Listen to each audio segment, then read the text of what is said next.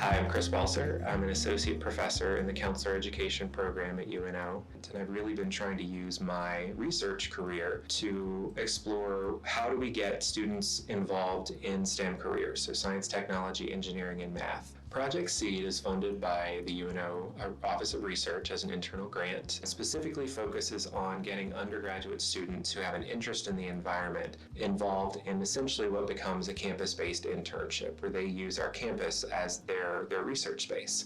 So I've been working with 3 undergraduate students, and over the past year, they've been researching Louisiana native plants and designing 2 habitats that we were able to install in March of 2023 that involve Louisiana native plants, really trying to boost pollinator habitat and stormwater management. I wanted to involve a lot of wellness components with that too.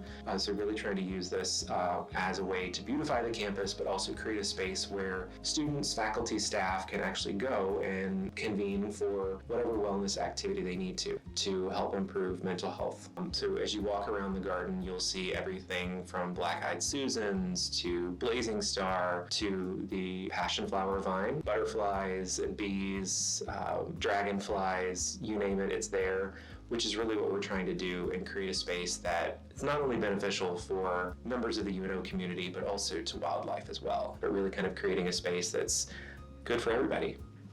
So the gardens are actually certified by 2 organizations.